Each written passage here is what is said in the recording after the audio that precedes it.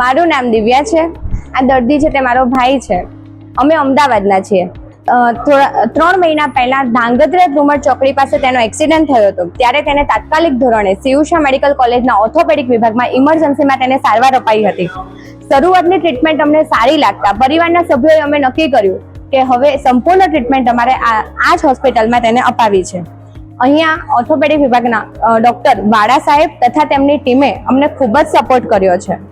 અહીંયાના નર્સિંગનો સ્ટાફ પણ અમને ખૂબ જ મદદરૂપ રહેલો છે. હોસ્પિટલમાં એક વસ્તુ ખૂબ જ સરસ છે કે પીસીસી વાળા આવીને દરરોજ સવારે અમને નાની નાની બાબતોનું ધ્યાન રાખે છે અને પ્લસ અમને કોઈ પણ સમસ્યા હોય તો તેનું નિવારણ આપે છે. છેલ્લા 15 દિવસથી હું મારા ભાઈ સાથે એકલી હોસ્પિટલમાં છું, પણ મને આ હોસ્પિટલમાં કોઈ તકલીફ નથી પડી.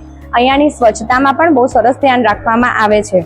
નર્સિંગના સ્ટાફમાં પણ અમને નાનામાં નાની વાતોનું ધ્યાન રાખવામાં આવે છે. પ્લસ અમને કોઈ પણ સમસ્યા હોય તો તરત ને તરત એનું સમાધાન કરી આપવામાં આવે છે.